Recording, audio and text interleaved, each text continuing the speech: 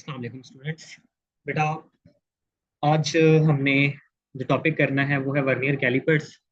और इसके साथ कोशिश करेंगे कि स्क्रू गेज के बेसिक्स और उससे हमने रीडिंग्स कैसे लेनी है मेनली वो सीख लें।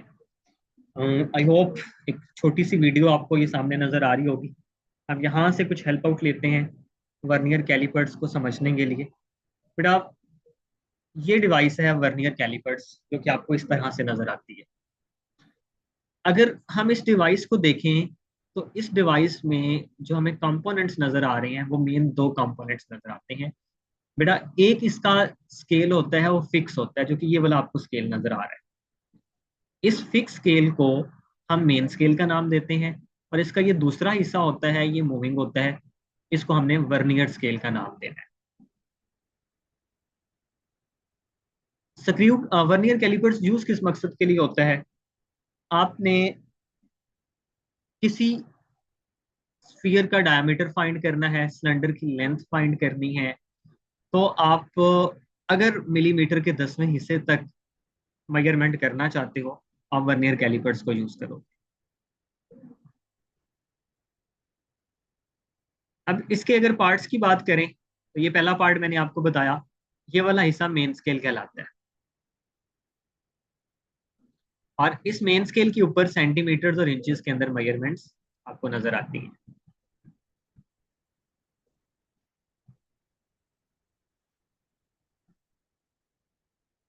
ये दूसरा हिस्सा मूविंग स्केल होता है, इसको हम बोलते हैं वर्नियर स्केल। और ये वर्नियर स्केल मेन स्केल के ऊपर स्लाइड कर सकता है। तो पहली चीज जो आपने याद रखनी है, सिर्फ ये दो बातें याद रख लेनी है जो हमारे काम की हैं, हमारे काम आनी है। दो हिस्से हैं, मेन स्केल और दूसरे वाला vernier scale. Main scale fix होता है और वर्नियर स्केल मूविंग होता है, ये स्लाइड कर सकता है over main scale.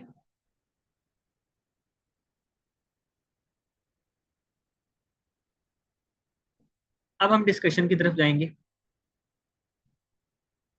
What is vernier callipers?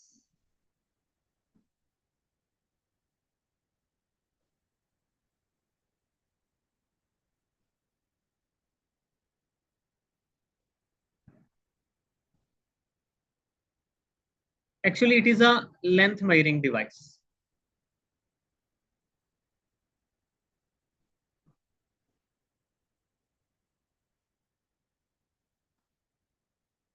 Length measuring device. और ये कब कहाँ तक मेजर कर सकता है?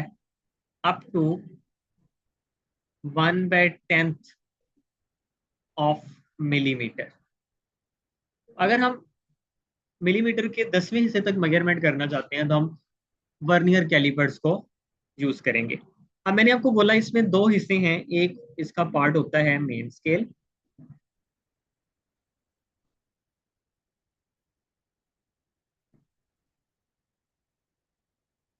मेन स्केल, और दूसरा हिस्सा है vernier scale. Main scale fixed होता है और वर्नियर स्केल मूवेबल होता है।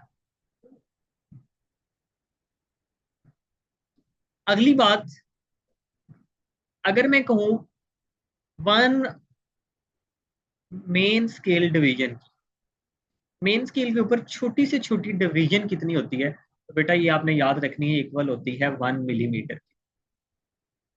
मेन स्केल के ऊपर स्मॉलेस्ट डिवीजन कितनी आती है? 1 MSD का मतलब है वन मेन स्केल डिवीजन। छोटी से छोटी डिवीजन जो आपको मेन स्केल पे नजर आएगी वो कितनी होती है? 1 होती है। अगली बात है वर्नियर स्केल मूवेबल। बेटा, इसके ऊपर जो नंबर ऑफ डिवीजन होती हैं, जो हमारी बुक में है वो 10 है, 20 डिविजन वाले भी अवेलेबल है। तो अभी के लिए मैं आपको बताऊंगा इसके ऊपर नंबर ऑफ डिविजन आपने याद रखनी है, 10 होती है। टोटल नंबर ऑफ डिविजन,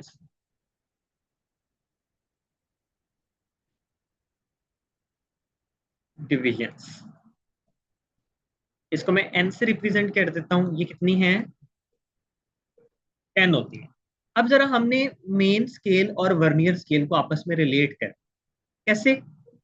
मैं इसको ये कहूंगा कि जब मैं जाज क्लोज करता हूं तो वर्नियर स्केल की 10 डिवीजन, इसको मैं लिखूंगा 10 वर्नियर स्केल डिविजन्स। ये बेटा एग्जैक्टली इक्वल आती हैं 9 मेन स्केल डिविजन्स। मतलब मेन स्केल की 9 डिविजन्स और वर्नियर की 10, ये दोनों क्या होती हैं, बराबर होती हैं।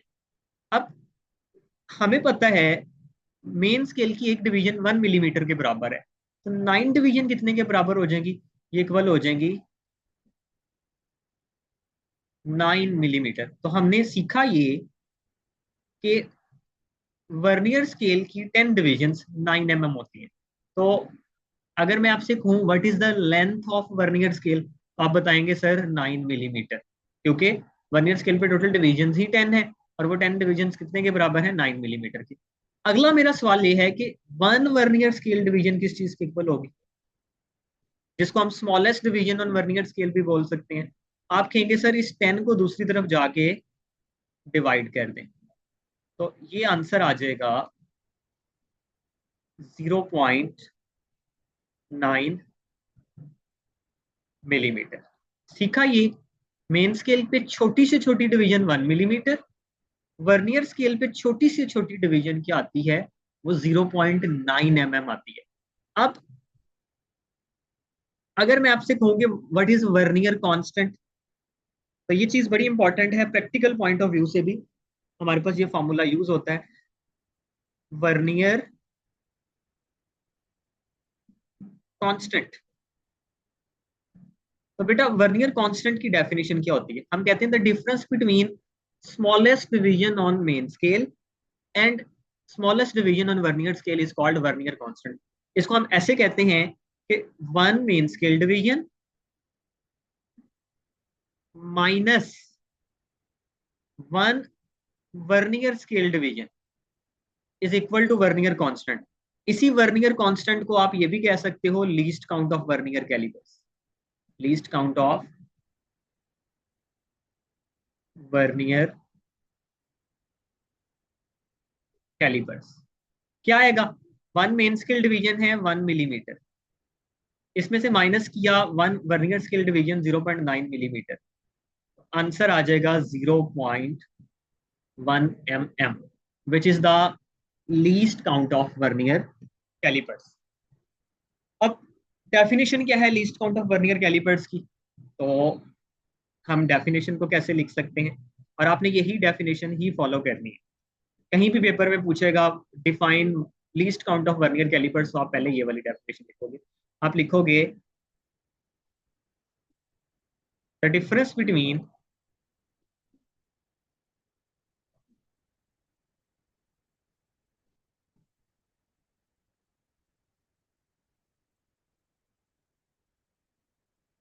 स्मॉलेस्ट डिवीजन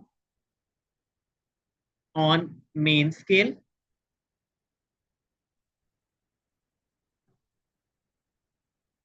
ब्रैकेट में लिखोगे 1 MSD, मतलब one main scale division, and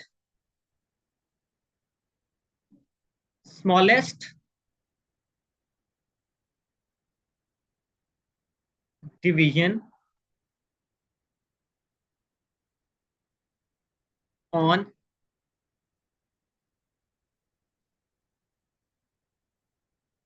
vernier scale, bracket में लिखेंगे 1 BSD, vernier scale division is called vernier constant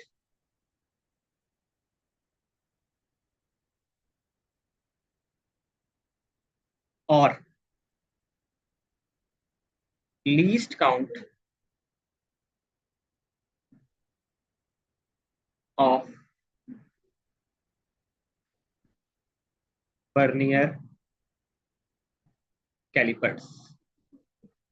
बेटा इस तरह से आप इसकी डेफिनेशन लिखोगे।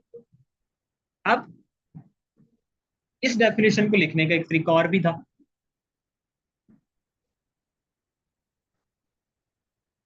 वो ये था द स्मॉलेस्ट स्मॉलेस्ट की जगह आप मिनिमम का वर्ड भी लिख सकते हो।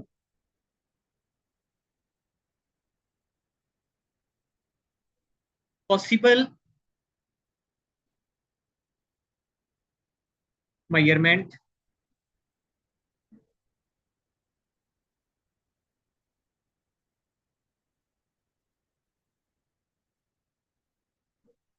which can be taken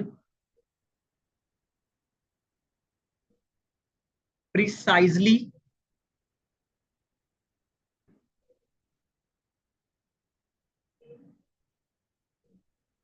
using vernier calipers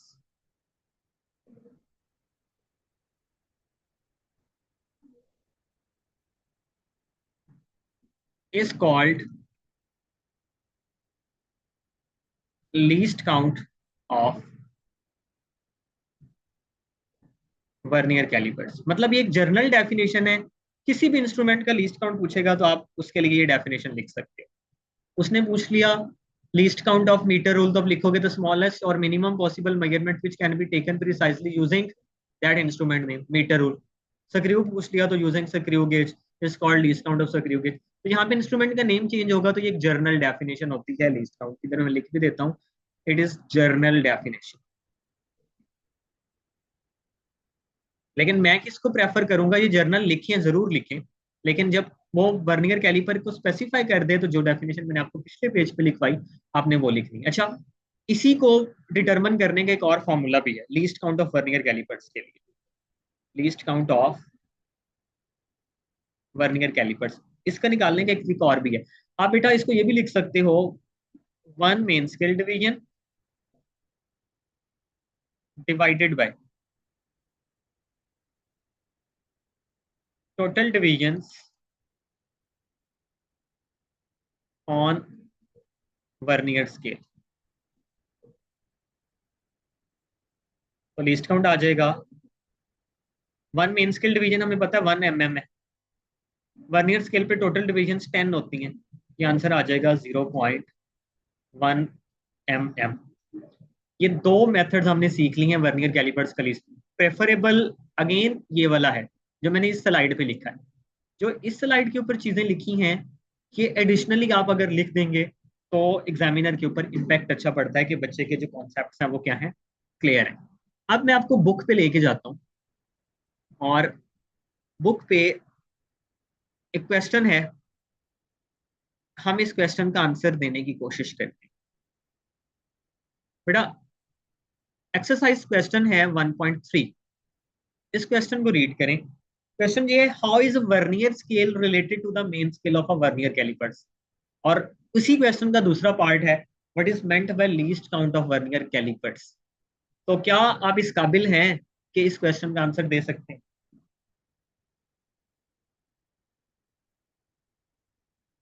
yes sir. Clear है? पहले पार्ट का आंसर क्या देंगे, how is the vernier scale related to the main scale of vernier callipers. इसका आंसर भला क्या आएगा? इसका आंसर आएगा यहां से 10 vernier scale division is equal to 9 main scale division, और यहां से लेके इनका रिलेशन आ जाएगा यहां तक 0.9 mm तक। वन वर्नियर स्केल डिवीजन 0.9 के इक्वल होती है। ये इन दोनों को रिलेट कर दिया हमने, क्लियर है? उसके बाद अगला उसका है लीस्ट काउंट। तो लीस्ट काउंट में ये डेफिनेशन, उसके बाद ये वर्नियर कांस्टेंट का फार्मूला और ये वैल्यू, और अगर उसमें एडिशनल लिखना चाहते हैं तो ये वाली सारी स्लाइड आ जाए। ओके हो गया? इस क्वेश्चन में आई होप किसी को मसला नहीं। चले अगली चीज, जीरो एरर। अभी मैं मेजरमेंट्स नहीं सिखा रहा, मैं आपको जीरो एरर के बारे में पहले बताऊंगा, किसी भी इंस्ट्रूमेंट का zero error.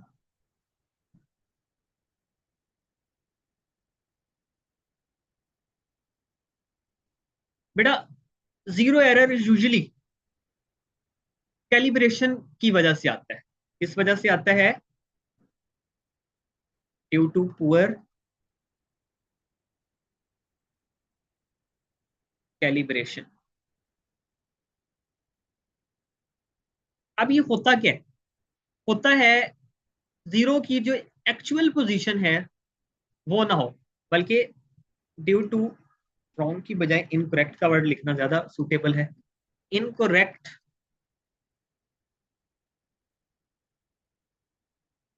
Position of zero, ये मैंने जर्नल बताया अभी। जीरो की जो एक्चुअल पोजीशन होनी चाहिए वो नहीं है, बल्कि क्या है, जीरोस का डिफरेंस है। इसकी वजह से जीरो एरर अराइज होता है किसी भी इंस्ट्रूमेंट के अंदर। हम बात करते हैं वर्नियर कैलिपर्स। अब वर्नियर कैलिपर्स के केस में वीडियो पे दोबारा चलते हैं, तो मैं आपको एक दो चीजें दिखाता हूँ।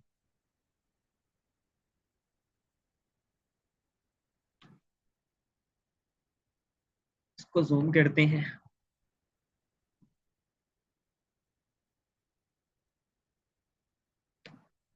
इस स्लाइड को देखें बेटा, ये वाली जो लाइन है ये मेन स्केल जीरो को रिप्रेजेंट कर रही है, और नीचे ये वर्नियर का जीरो है। आप देखें वर्नियर में आपने काउंटिंग कैसे करनी है, ये भी इंपॉर्टेंट चीज है, पता होना चाहिए। बेटा पहली डिवीजन को जीरो काउंट करना है।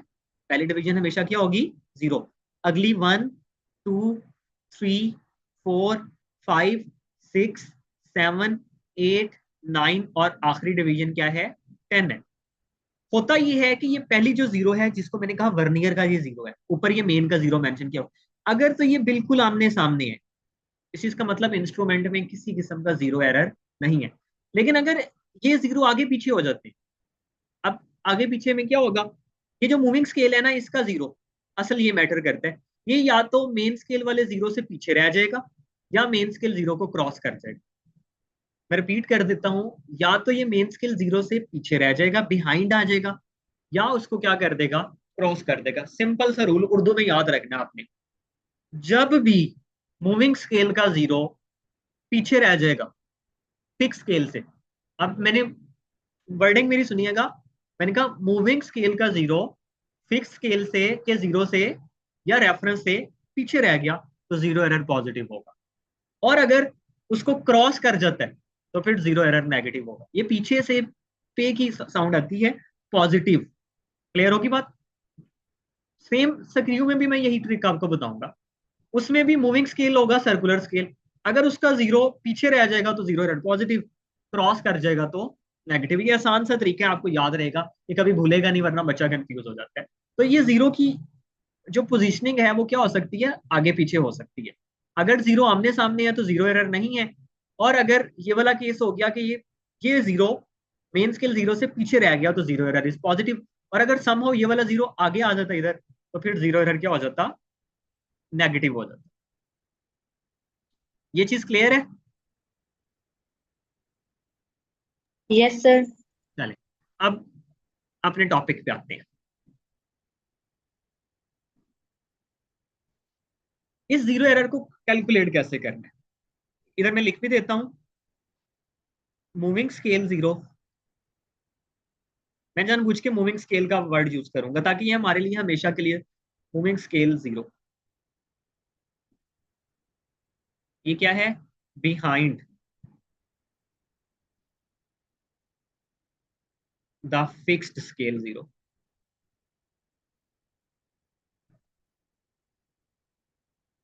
जो कि यूजुअली रेफरेंस होता है, इंडेक्स होता है, उर्दू में भी लिखें इसको याद रखने के लिए। तो जीरो एरर क्या होता है, पॉजिटिव होता है।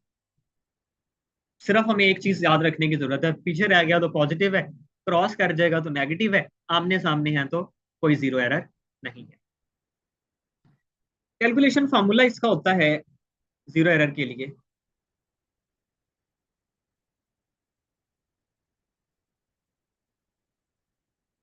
n multiply by least count. अगर जीरो एरर पॉजिटिव है तो आप ये वाला फार्मूला लगाओ।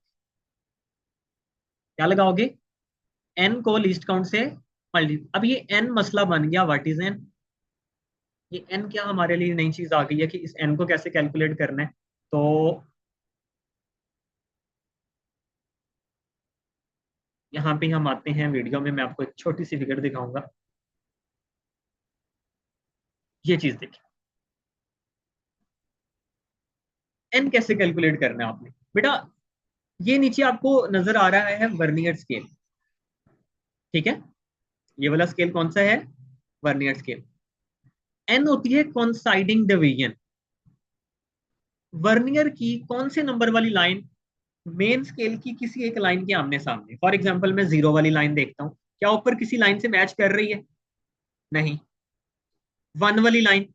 नहीं। Second line? नहीं मैच कर रही ऊपर किसी से। थर्ड?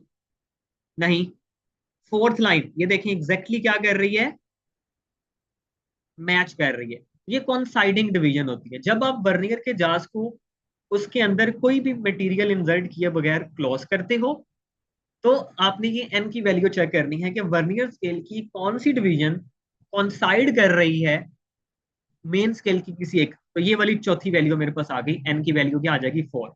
इसको मैं लीस्ट काउंट से मल्टीप्लाई करूंगा तो मेरे पास क्या आ जाएगा? जीरो एरर आ जाएगा। अब ये कोई भी रैंडम सी हो सकती है।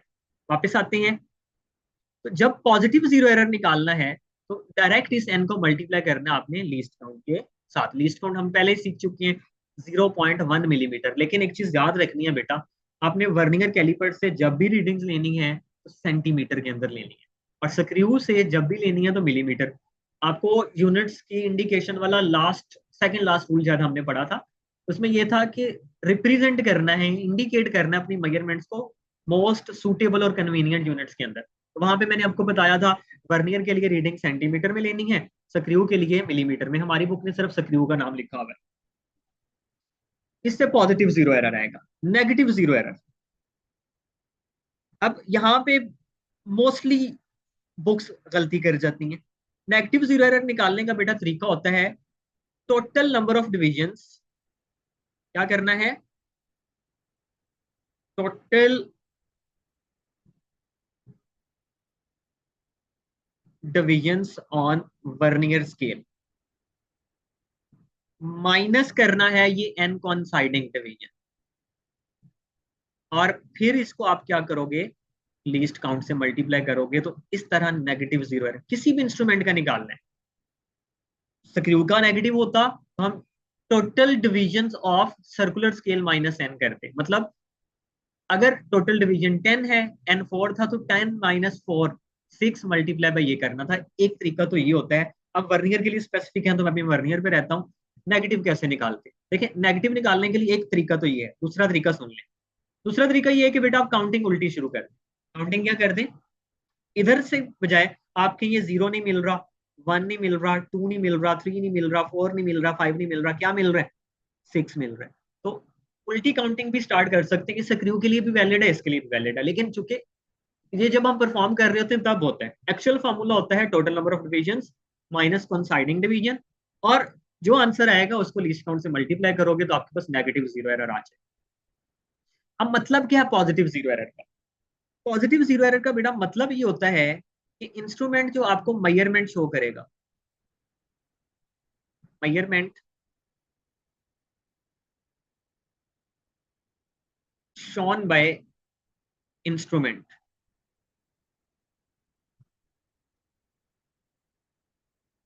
Is greater than actual. जो एक्चुअल वैल्यू है, इंस्ट्रूमेंट आपको उससे बड़ा आंसर देने वाला है। और नेगेटिव जीरो एरर का मतलब आप खुद समझदार हो, इसका मतलब होता है measurement taken by instrument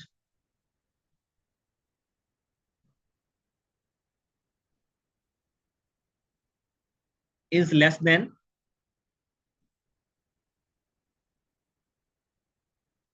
actual. अब ये है एरर, तो करेक्शन कैसे लगाओगे? If zero error is positive,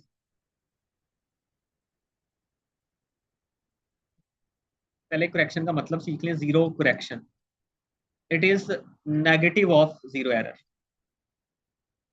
negative of zero error.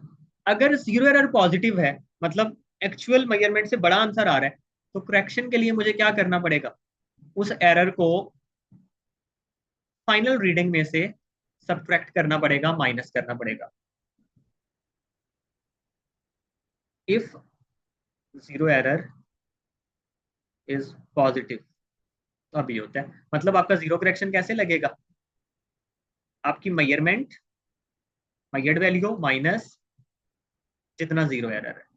और अगर जीरो एरर आपका नेगेटिव है, if zero error is negative, then आप एडिशन करोगे एक्चुअल आंसर तक जाने के लिए, क्योंकि नेगेटिव का मतलब असल से कम है। तो जब करेक्शन फैक्टर लगाओगे तो मेजरमेंट के अंदर जितना एरर होगा वो आप क्या करना पड़ेगा, ऐड करना पड़ेगा, ताकि हम एक्चुअल वैल्यू तक जा सके। क्लास को अभी यहाँ के लिए क्लोज करते हैं, वापस ज्वाइन करते हैं इनको समझने के लिए कि रीडिंग कैसे लेनी है और एरर्स कैसे फाइंड करने हैं, बुक के एग्जांपल्स लेंगे।